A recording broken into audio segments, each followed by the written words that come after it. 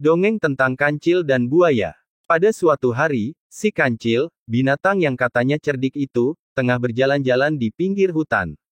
Berhubung di dalam hutan itu terlalu gelap karena pohon-pohonnya juga sangat lebat, maka dirinya hanya ingin mencari udara segar sambil melihat matahari yang cerah bersinar. Si kancil ingin berjemur sebentar di bawah terik matahari.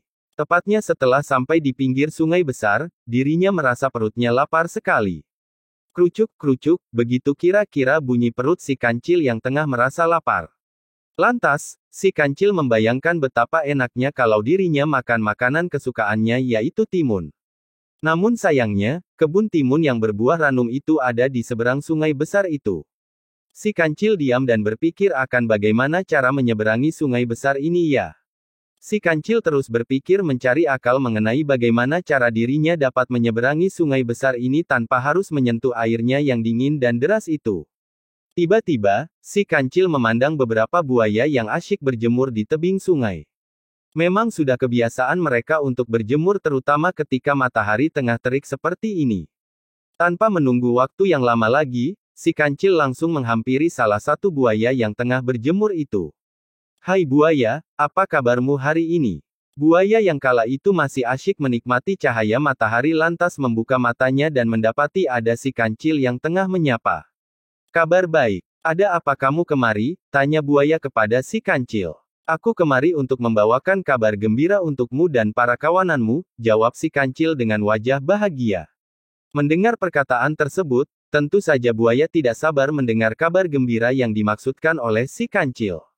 "Segera ceritakan apa kabar gembira tersebut."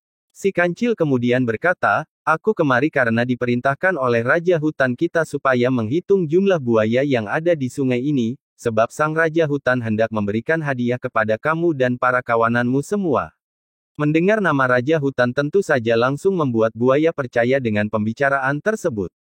"Baiklah, kancil. Kamu tunggu di sini dahulu, aku akan turun ke dasar sungai untuk memanggil semua kawananku," kata buaya langsung merangkak secara cepat menuju dasar sungai.